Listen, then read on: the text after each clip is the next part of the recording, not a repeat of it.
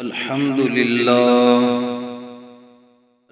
لله رب العالمين والعاقبة للمتقين والصلاة والسلام على سيد الأنبياء والمرسلين عليه وعلى آله وأصحابه أجمعين. أما بعد فأعوذ بالله من الشيطان الرجيم. بسم الله الرحمن الرحيم. وما آتاكم الرسول فخذوه وما نهاكم عنه فانتهوا. صدق الله مولانا العظيم وصدق رسوله النبي الكريم الأمين. ونحن على ذلك لمن الشاهدين والشاكرين والحمد لله رب العالمين.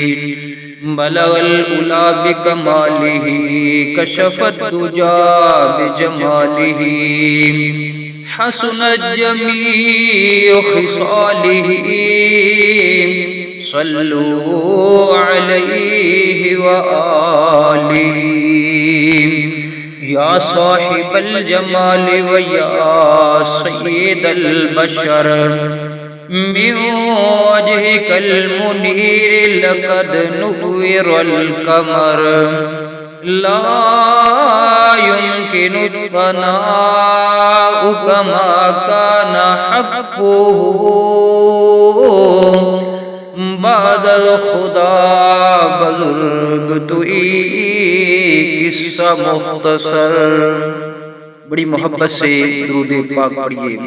اللہم صلی علی سیدنا و مولانا و ملجانا و مأوانا محمد و بارک و سلم و صلی علیہ. پڑھیے الصلاۃ والسلام علیک یا رسول اللہ وعلی آلک و صحابک یا رحمت للعالمین. صلاۃ و سلام علیک یا رسول اللہ وعلی آلک و صحابک یا جد الحسن والحسین. حضرت ابن عباس رضی اللہ تعالی عنہ سے فرماتے ہیں کہ جس نے کتاب اللہ کا علم حاصل کیا پھر جو اس میں ہے اس کی پیروی کی، اللہ تعالیٰ اس کو دنیا میں گمراہی سے بچا کر ہدایت دیں گے اور اسے روز قیامت برے حساب سے بچائیں گے. اور ایک روایت میں ہے آپ نے فرمایا جس نے کتاب اللہ کی پیروی کی نہ وہ دنیا میں گمراہ ہوگا اور نہ آخرت میں بدبخت ہوگا.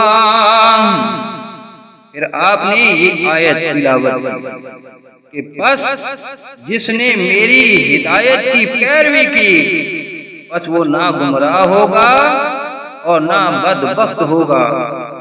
اور حضرت ابن مسعود رضی اللہ تعالی عنہ سے کہ بے شک رسول اللہ صلی اللہ علیہ وآلہ وسلم نے فرمایا کہ اللہ تعالیٰ نے ایک مثال بیان فرمائی ہے اور وہ یہ ہے کہ ایک سیدھا راستہ ہے اور اس راستے کی دونوں جانب دیواریں ہیں، ان میں کھلے ہوئے دروازے ہیں، ان دروازوں پر پردے لٹک رہے ہیں.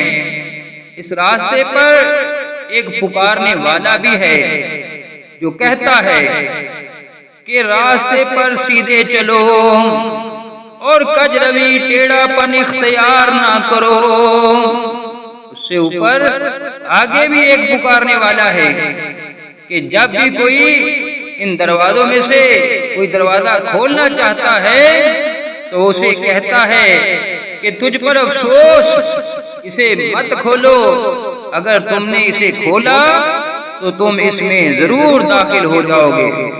پھر آپ نے اس کی تفسیر وضاحت بیان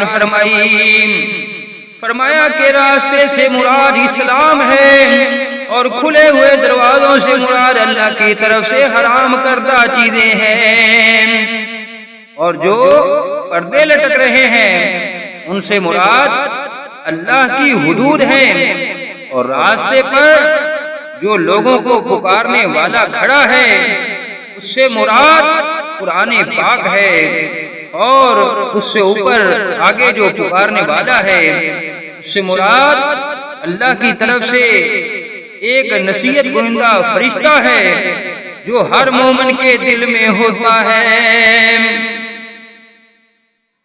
اور حضرت ابن مسعود رضی اللہ تعالی عنہ سے فرماتے ہیں کہ جو پیروی اختیار کرنا چاہے اسے ان لوگوں کی پیروی کرنی چاہیے جو فوت ہو چکے ہیں، بے شک زندوں پر فتنوں سے محفوظ نہیں رہا جا سکتا، اور وہ لوگ جن کی پیروی کرنا چاہیے محمد مصطفیٰ صلی اللہ علیہ وآلہ وسلم کے صحابہ ہیں، جو اس امت کے افضل اور نیک دل اور گہرے وسیع علم اور کم تکلف والے تھے۔ اللہ نے انہیں اپنے نبی صلی اللہ علیہ وآلہ وسلم کی رفاقت اور اپنے دین کی اقامت کے لیے چن لیا۔ بس جس نے تم میں سے تم ان کی فضیلت کو پہچانو، اقرار کرو اور ان کے نقش قدم کی پیروی کرو، اور جس قدر ہو سکے ان کے اخلاق اور سیرت کو مضبوطی سے تھامو، مطلب کہ اپناؤ، بے شک وہ سیدھی راہ ہدایت پر تھے۔ تمنا ہے کہ دنیا میں کوئی کام کر جاؤں، تمنا ہے کہ دنیا میں کوئی کام کر جاؤں، ہر پرچم سے اونچا پرچم اسلام کر جاؤں، ہر پرچم سے اونچا پرچم اسلام کر جاؤں، نہ دنیا سے نہ دولت سے نہ گھر آباد کرنے سے، تسلی دل کو ہوتی ہے خدا کو یاد کرنے سے، تسلی دل کو ہوتی ہے خدا کو یاد کرنے سے، دلا غافل ہو یکدم یہ دنیا چھوڑ جانا ہے، بغیچے چھوڑ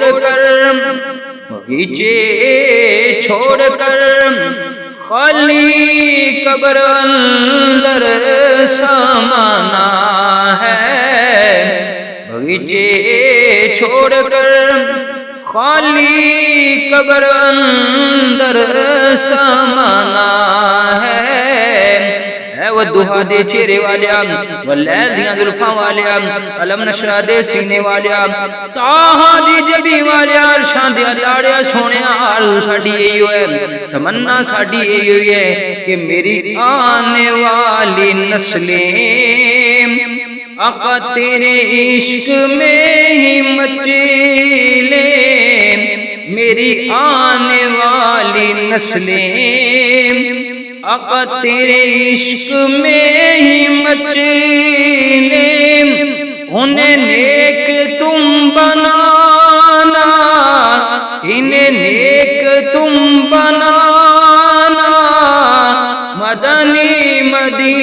والے مدنی مدینے والے مدنی مدینے والے۔ اللہ تبارک و تعالی ہمارے تمام صغیرہ کبیرہ گناہوں کو معاف فرمائے۔ اللہ تبارک و تعالی آقا علیہ السلام کے صدقے سے، پیغمبر پاک کے صدقے سے، پاک اور نیک لوگوں کے صدقے سے اللہ تبارک و تعالی شر شیطان، شر ظالمہ، شر دشمنہ محفوظ فرمائے۔ اللہ تبارک و تعالی ہمارے کاروبار، جان و مال، عزت و اولاد کے اندر دن دگنی رات چوگنی ترقی عطا فرمائے۔ آج سے لے کر آدم علیہ السلام تک جتنے بھی مسلمین، مسلمات، مومنین، مومنات وفات پا چکے ہیں، اللہ تعالیٰ سب کی بخشش فرمائے، سب کو جنت الفردوس کے اندر اعلیٰ جگہ نصیب فرمائے۔ اللہ تبارک و تعالیٰ ہمارے والدین کی بخشش فرمائے، انہیں جنت الفردوس کے اندر اعلیٰ جگہ نصیب فرمائے، ان کے درجات کو بلند فرمائے، ان کی قبروں کو منور فرمائے، حد نگاہ تک وسیع فرمائے، جنت کے باغوں میں سے ایک باغ بنائے۔ آقا علیہ السلام کی زیارت، آقا علیہ السلام کی شفاعت نصیب فرمائے۔ وما علینا الا البلاغ المبین۔